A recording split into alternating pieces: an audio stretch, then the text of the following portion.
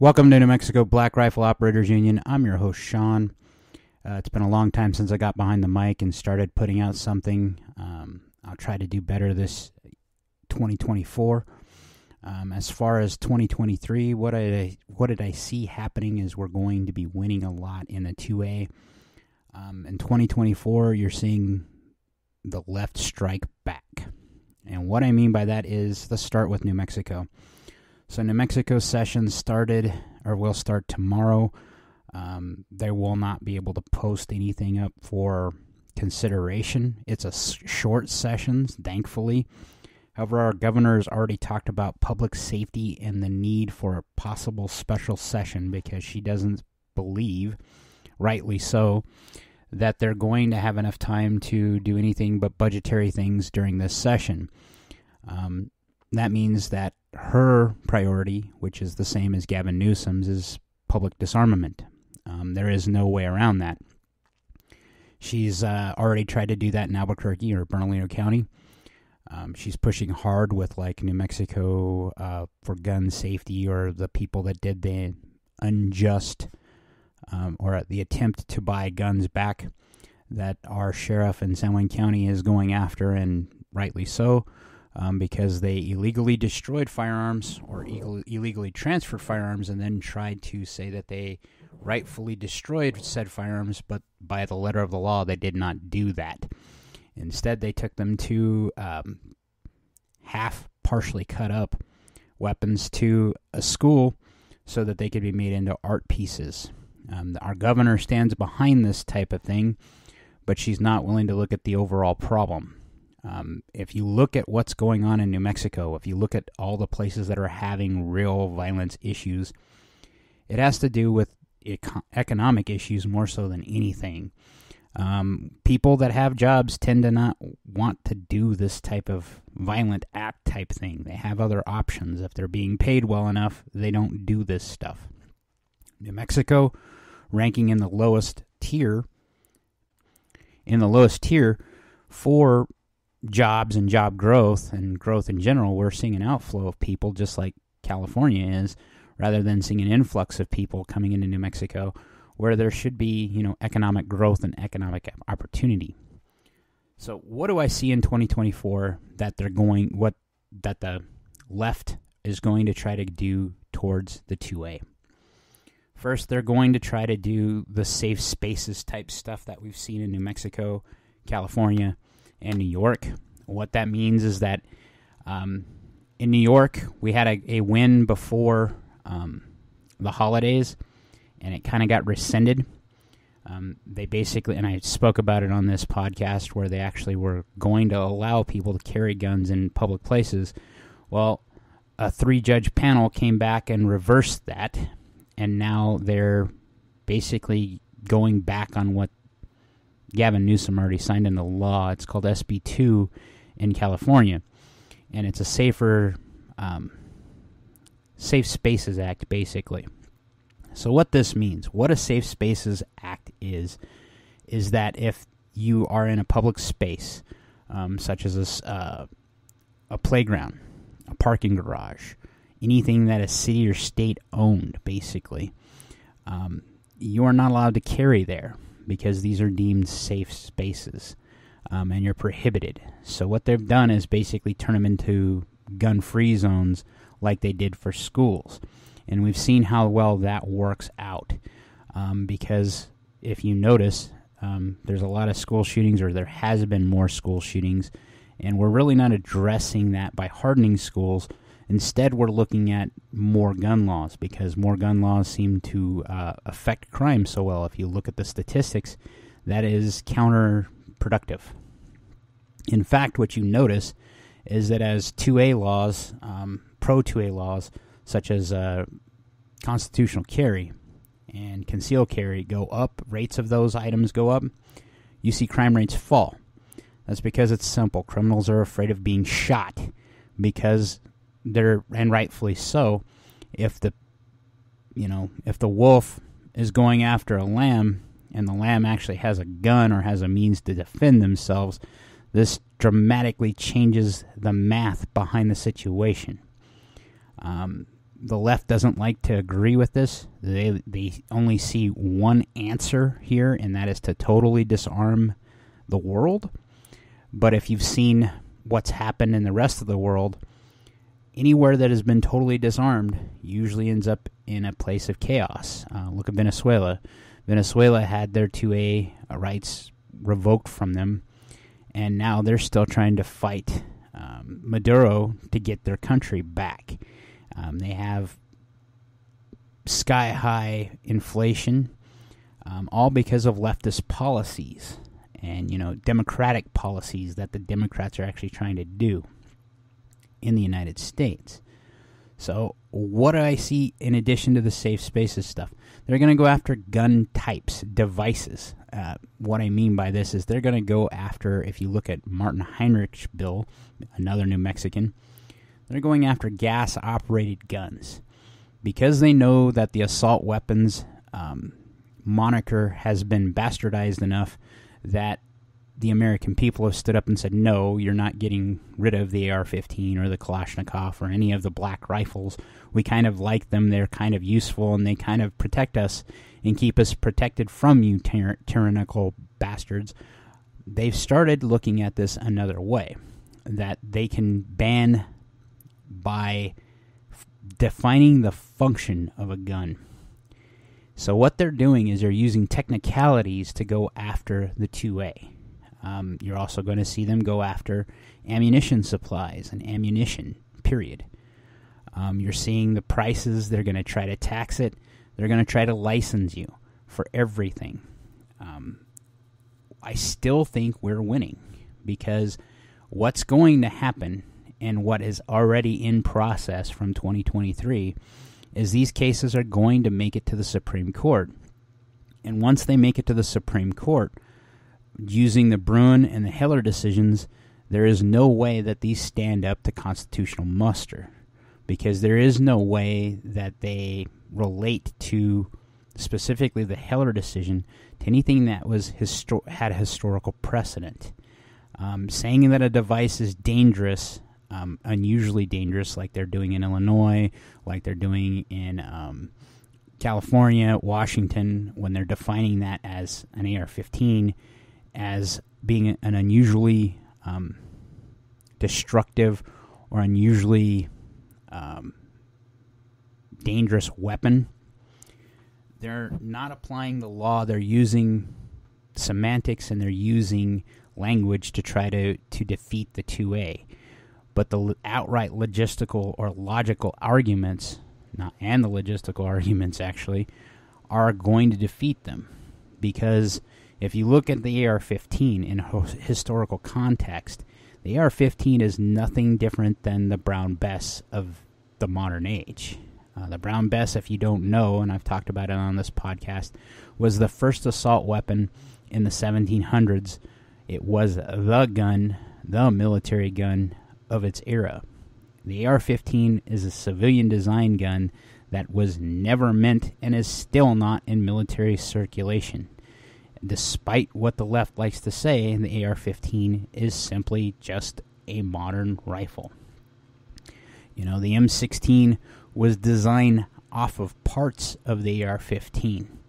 The AR-15 and the M16 share some parts interchangeability, but they don't have the same inner workings which allow them to go fully automatic. That is the big key distinguishing factor here. Now, I'm of the volition that you should be able to own fully automatics and suppressors and anything when it comes to the 2A, because no law has ever stopped a shooting. The only thing that stops a shooting is a good guy with a gun. I know, I've been through this stuff. I've done a lot of research on the topic. If you look at the time a shooting starts till the time it ends, it's directly proportional to when a guy shows up with a gun and engages the person doing the bad act. So, I say it all the time on this podcast, stay strapped or get clapped. I mean that, because that's what it is. We're in that time frame where people are nuts as it is, and you need to be able to defend yourself and those people around you no matter where you're at.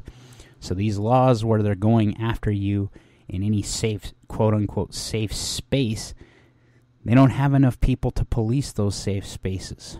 We don't have enough law enforcement, and the left has demonized them enough to where they're retiring in droves because they don't want to be in the position anymore. Because every time they go to court, they get convicted, and then they end up in a different place. Now, I'm also for, that a little bit. And when I say that, I'm no longer one of the back the blue types. After COVID, I realized that the people that would be coming for our guns and the people that are supposed to be defending us aren't necessarily going to do that. They're interested in collecting a paycheck, and that's it. So what do you have to do? You have to be able to defend yourself. You have to be able to protect yourself. And we're in that little place that, there's a lot of people that would say, that are black-pilled and say there's no way out of this. What the left is trying to do and having to do is hem us up in court because they're not winning legitimately. And you can see that time and time again in 2023 when they got their asses handed to them because it actually made it to a higher court, and the higher court used the letter of the law, the Heller decision specifically, and dropped the case and kicked it to the moon. You're going to continue to see this fight play out through 2024, and we're going to see a lot weirder and wilder things because of the election that's coming up. You're already seeing people trying to pull Trump off the ballot. It wasn't successful in California or Colorado. It is being successful in Maine so far. You see other candidates like Vivek Ramaswamy coming out and saying, or Vivek, that's how you say his name, is Vivek, like cake. That's how he says it when you actually watch his stuff. He said that he's going to pull himself off the ballots wherever Trump's pulled off the ballot. That's legitimate. That's honest. Because it's not a real election if they're pulling candidates off the ballot, especially considering that Trump has never been convicted of anything yet. There's 91 charges against him right now. Not one of them has actually garnered a conviction. Now, I'm not a fan of the Orange Man because he's part of the reason why we're in the situation we're in right now in the 2A. If it weren't for him saying take the guns and we'll sort it out later, basically, we wouldn't be in the situations we're in now. He opened the door for the left to do what they're doing now. That means this election's very, very much important for the 2A and any other thing that's freedom-oriented. That doesn't mean that the candidates, I like either one of the candidates. I still, it sucks that you're having to vote for the lesser of two evils. And I really wish there was a third-party candidate that actually stood for the values I have. Time and time again, I keep getting my hopes up with the Libertarian Party only to have them dashed because they're being stupid. And, Dave Smith would have been a great candidate, but they haven't brought him forward, and Dave isn't going to do it. Dave Smith is very much in the 2A camp. Whether you like it or not, he understands that the only way you stand up against tyranny is with having the ability to fully back yourself up or have the populace back itself up. And that's what we need from our candidate, whichever one comes to the forefront. When you look at what Biden's doing, Biden's poll numbers are down. I suspect in 2024, as we get closer to the election, that they need to do it quickly. If they're going to, try to have any case to win, they need to replace him with someone. And the one I can see them trying to replace him with is Gavin Newsom. Gavin Newsom is no fan of the 2A. If you look at the struggles and the fights that are happening in California with the 2A, you're seeing what would happen on the national level if he got into office. The same thing goes for any Senate or House race that comes up in 2024. We need to make sure that we put those candidates in that back our values. Maybe you're not a gun absolutist, a 2A absolutist like I am. It is, I vote on one basic freedom, one basic tenet, and that's freedom. Freedom to do whatever you need to do, freedom to be who you are, freedom to follow whatever God you want to follow, freedom to love whoever the hell you want, freedom to possess whatever the hell you want, and freedom to do just about anything you do as long as you don't want to hurt anyone else or harm kids. I'm okay with that. Now, what does that leave? I am, and I've mentioned this before, I am a Christian, but I think that free will is what God gave us to do, to make the right choices. And good people, morality, is kind of universal if you're a good person. You see these shady people that are willing to do bad things and claim that they're of some sort of faith just to go ahead and counter that faith. So faith is not something you can bank 110% on other than your own faith, especially when you're looking at these people. Biden claims he's a Catholic, yet he's pro-abortion. And being a former Catholic myself, that is counterproductive to anything that the Catholic faith would allow. It's not something you would allow, the killing of a human life. I parted ways for my own personal reasons, and I'm not going to get into. I've talked about it before on this. What I really see in 2024 is that we're going to have to be forever vigilant, as we always are in the 2A. As much as I like to think that we're still winning, and I do believe we still are going to win, and that we're just going to have this long slog to it. The reality is that 2024 being a presidential election means that politics is going to get hot, and it's going to get sticky. And this is going to be one of those driving issues that everyone's going to pay attention to, especially as we get closer to the presidential election.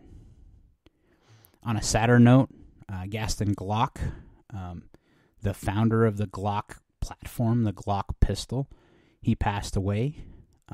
My sincere condolences. I am a Glock guy. I like the Tupperware guns. I have long since left behind the 1911s, even though I still own a couple, for something more modern. If it weren't for the standardization and the forethought and in manufacturing and logistics that Glock put into it, the Glock pistols, we wouldn't have the innovations that we've had in pistols in the last 20 to 30 years. So my sincere condolences to the Glock family and to the Glock organization. Where do I see the trends in the new year coming? What kind of new stuff do I see coming? Because that's something that's also something that I always try to keep abreast of, and I talk about, I look at the guns that are coming out, and I haven't seen any really new innovative things that have come out. I was actually shocked by Mike from Mr. Guns and Gear talking about his top 5 guns of 2023, and his criteria is that he had to review them in 2023. The only rifle in his collection of those 5 guns was actually surprising. It was the Springfield Hellion. Now, Springfield doesn't manufacture it. It's actually, I think it's Croatian built. Well, I know it's a Croatian build, but I think it's VHS is the company that does it. I disagree with him wholeheartedly that it's the best bullpup. Having shot the Tavor, I have yet to shoot the Hellion. One of the things I've noticed about the Hellion, though, in all the reviews I've seen, is how the bolt release is kind of sticky and weird, in a weird spot. There's some cool things with the Hellion for ergonomics. I'm still not sold 100% on the bullpups. I'm going to have to buy one eventually as I move into my new career and doing what I'm doing. I'm still catching up from Christmas like everybody else, and catching up from being basically out of work for 2 months. But once I'm caught up there, I plan on getting very aggressive in looking at what I'm going to do in the 2A myself. My next purchase will probably be to make my ZF9, which is the MP5 that I have, or the MP5 clone. I'm looking at eventually turning that into a short barrel rifle, so I'll have to get a tax stamp for it. The other things I see happening in the 2A world when it comes to innovation, as I see lots of new guns coming out. Mac from Military Arms Channel showed off a polymer single stack that uses 9mm 1911 mags. It's really slim. I see concealed carry taking off. So, one of the guns that Mike mentioned was the Canik METE, M-E-T-E. Or Mete, or however you want to say it. What I notice about it is it's kind of like their version of a SIG P365. As the world gets more topsy-turvy and we look at how we can defend ourselves, these concealed carry guns, they become more of an attractive option for people that are just looking for the one gun to defend themselves, that aren't collectors. Ammunition prices are going to skyrocket. With wars going on in the Middle East and Ukraine, we're going to see prices of ammunition go up and stay pretty high because the components to make the ammunition and because the demand is there. The Biden administration has went after manufacturers of ammunition and manufacturers of gun makers in the United States that are exporting guns using ITAR. So if you don't know what ITAR is, it's the International Arms Treaty that allows American manufacturers to make weapons and ammunition and try to export them for sales. Now, why does that make a difference to us? Is because those gun manufacturers and ammunition manufacturers in the United States that actually do this type of work end up giving us cost savings because they're able to make more money on the international market as they market their goods out there. I watched a lot of things over the little break that I had, stepping away from the podcast and collecting my thoughts and thinking about where I'm going for this. I will continue to try to do a daily podcast because it seems to be the most responsive and where I'm getting the most response. One day I hope that New Mexico Black Rifle Operators Union has a lot huger following than we do right now. But until then, I continue on. I also have another podcast called Your Donut, You Eat It, which is about culture. I'll drop one of those later this week as I continue finishing up on what I've been watching, which is just a rewatch of the Clone Wars. And I'm thinking about starting another podcast just because I like doing this. This one will be called Tales from the DC. So for those of you not in the know, I'm an IT person. I work for several different organizations, different types of IT types of stuff in the 25 years I've been doing IT. And we all have those funny stories about weird users. I'm not going to get into names during this podcast that I'm going to start, but I'm going to talk about those funny stories, and I'm going to have some guests on from other organizations, IT organizations from the past and the present that still are in the field, and have them go through some of the funniest things that they've ever dealt with, some of the silliest things they've ever dealt with. So the reason why I call it Tales from the DC is Tales from the Data Closet or Tales from the Data Center. Both of those are IT terms. The data center is the server room. The data closet is actually where all the switches and networking stuff goes into to make facilities work in organizations. Like, share, subscribe. I hope you guys have a happy new year, and I hope it's the best and blessed it can possibly be. Most importantly, be great.